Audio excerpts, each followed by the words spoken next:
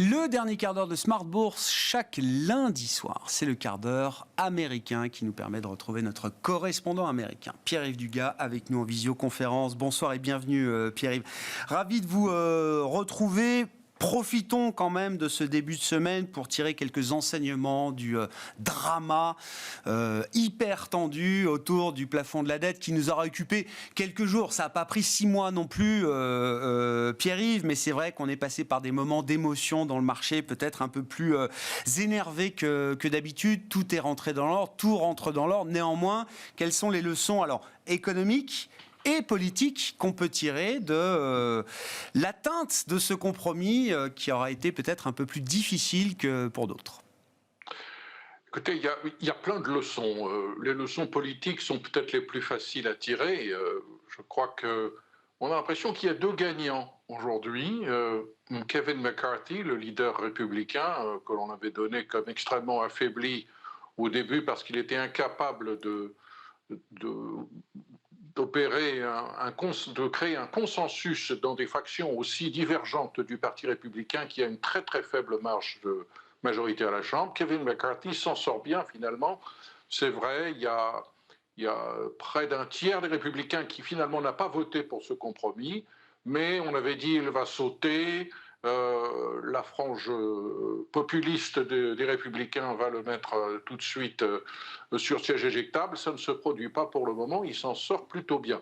Et puis le président Biden, en vieux briscard de la politique américaine, en spécialiste des marchandages avec le Capitole, s'en tire aussi très bien, même si ça ne se voit pas dans les sondages.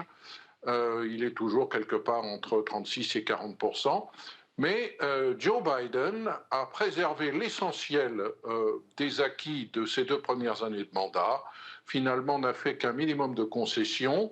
La mauvaise nouvelle, bien entendu, c'est que cette négociation sur le plafond de la dette ne fait pas grand-chose sur le fond pour régler le problème de l'envolée systématique de l'endettement américain et qu'on est dans une situation que je trouvais assez bien décrite par un économiste d'une université du sud des États-Unis, je crois, qui a dit « Les États-Unis ont une politique fiscale en matière de recettes qui est une politique républicaine et une politique budgétaire en matière de dépenses qui est une politique démocrate. » Et le résultat de cette situation, c'est un déficit budgétaire qui est à 1 500 milliards de dollars, qui s'approche à nouveau de 6% du PIB.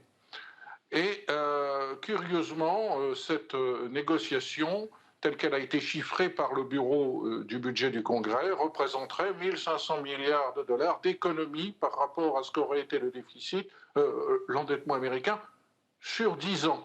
On aurait économisé en 10 ans ce que l'on va dépenser en gros en un an, sachant que, bien entendu, en 2025, on sera passé à autre chose et toutes ces contraintes qui ont été imposées à une toute petite partie des dépenses budgétaires américaines, en l'occurrence les dépenses discrétionnaires, et encore les dépenses discrétionnaires plutôt excluant les dépenses militaires, finalement, au-delà de 2025, on n'a aucune idée de quelle discipline pourra leur être imposée. Donc, des gagnants, oui, à court terme, certainement, mais sur le fond, le problème n'a guère avancé. Bon, et ça soulève effectivement toujours cette question, alors constitutionnelle, mais je parle sous votre contrôle. Pierre-Yves, est-ce que c'est une bonne chose de maintenir ce mécanisme de plafond de la dette qui doit être relevé à intervalles réguliers? Là, en l'occurrence, il a été relevé jusqu'à janvier 2025, donc c'est très très court dans le temps. Ça permet de franchir les élections présidentielles, bien sûr, mais tout de suite le sujet revient. Est-ce qu'il y a des arguments qui montent pour essayer de faire sauter une bonne fois pour toutes ce verrou? Ou est-ce que ça, c'est un débat qui mène dans l'impasse, quel que soit le bout par lequel on le prend? Et moi, je fais partie de ces Washingtoniens qui considèrent que ce plafond de la dette est quand même une bonne occasion pour forcer les élus à entériner les conséquences de leur vote. C'est quelque chose d'anachronique, c'est quelque chose dont la constitutionnalité n'a pas vraiment été vérifiée, et il serait une bonne chose, à froid, sans qu'il y ait de risque de défaut à la clé, qu'on trouve un moyen de saisir la Cour suprême pour lui faire trancher de cette question, à savoir est-ce que ce plafond, qui est issu d'une loi de 1917, constitutionnellement, a-t-il un sens? Il y a des avantages tout de même à ce système.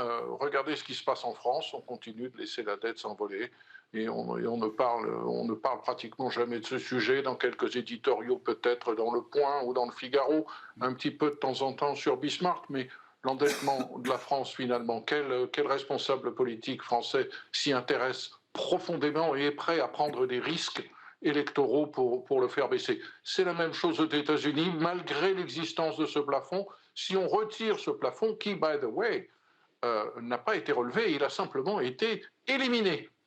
Car qui peut le plus peut le moins, le Congrès qui doit fixer ce plafond a décidé finalement qu'on allait s'en passer jusqu'au 1er janvier 2025. Après cette date-là, on aura un nouveau président aux États-Unis peut-être Joe Biden sera réélu et il aura une opinion là-dessus.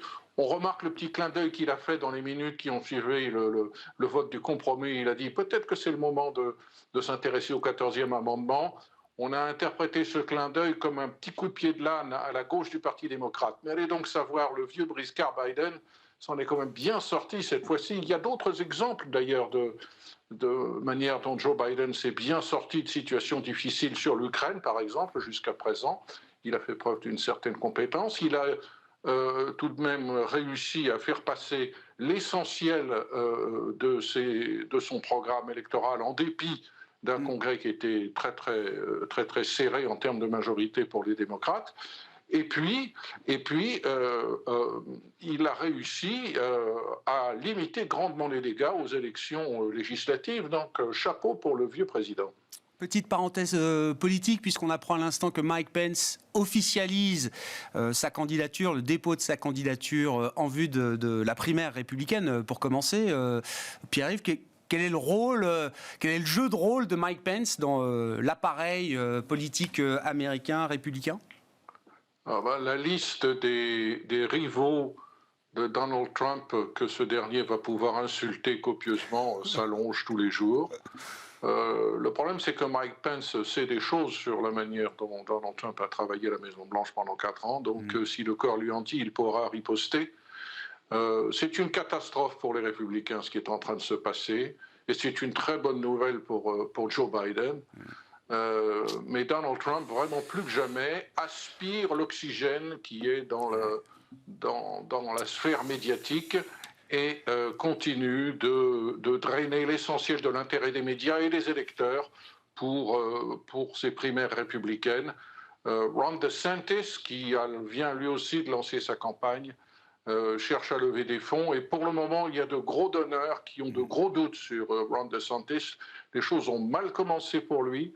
Mike Pence pourra-t-il lever beaucoup d'argent? Parce que vous savez, la politique américaine dans les primaires, c'est d'abord une capacité à lever de l'argent. Est-ce que vous êtes capable de trouver soit beaucoup de gens qui n'ont pas beaucoup d'argent, soit un petit groupe de contributeurs qui a beaucoup d'argent?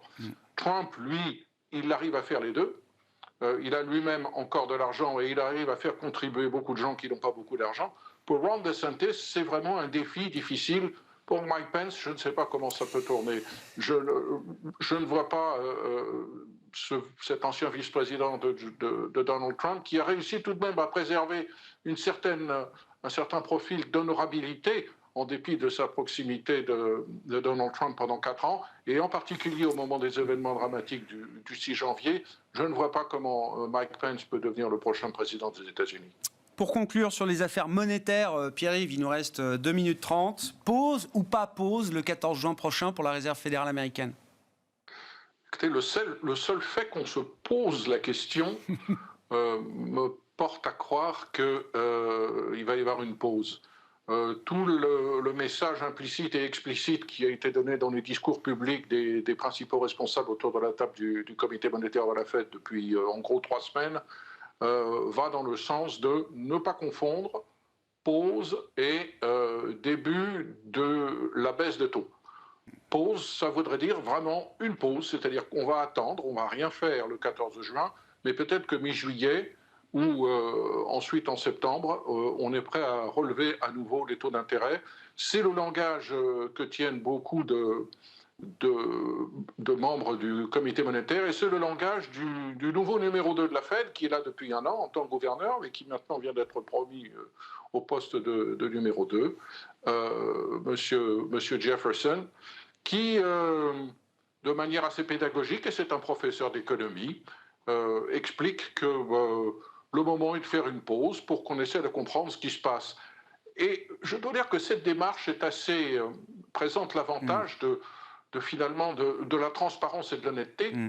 On a du mal à comprendre ce qui se passe dans cette économie américaine depuis la fin du Covid, ne serait-ce que sur la question fondamentale du marché de l'emploi, où on s'aperçoit que les révisions des chiffres précédents par le Bureau du travail et des statistiques du département du travail, toutes ces révisions remettent en question toute la vision qu'on avait du marché de l'emploi des États-Unis depuis 3 mois, et à chaque fois, elles vont toujours dans le même sens. L'économie américaine continue de se porter beaucoup mieux. Cette récession que l'on nous a promis n'intervient pas. Et dans ce contexte-là, l'inflation dans les services est encore trop forte.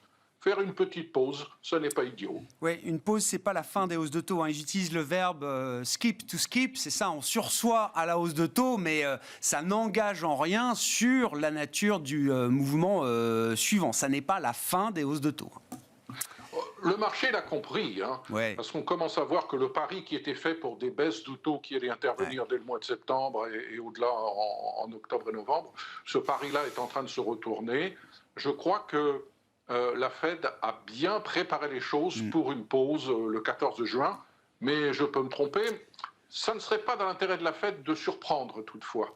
Si vraiment leur intention n'est pas de faire une pause, il va falloir qu'ils corrigent les choses très très vite dans les prochains jours. Bon, on va rentrer dans la quiet période, la parole des banquiers centraux aux États-Unis, mais également en Europe, dans la perspective des prochaines réunions la semaine prochaine, va être effectivement tenue au silence. Et donc, on verra ce qu'il advient effectivement 13 et 14 juin pour la Fed, 15 juin également, je le signale, pour la Banque Centrale Européenne. Merci beaucoup Pierre-Yves. Pierre-Yves Dugas avec nous chaque lundi pour le quart d'heure américain, notre correspondant américain sur Bismart dans Smart Bourse. Un quart d'heure que vous retrouvez évidemment chaque semaine en replay sur bismart.fr et en podcast sur l'ensemble de vos plateformes. Voilà pour cette édition. On se retrouve demain à 12h30 en direct sur Bismart.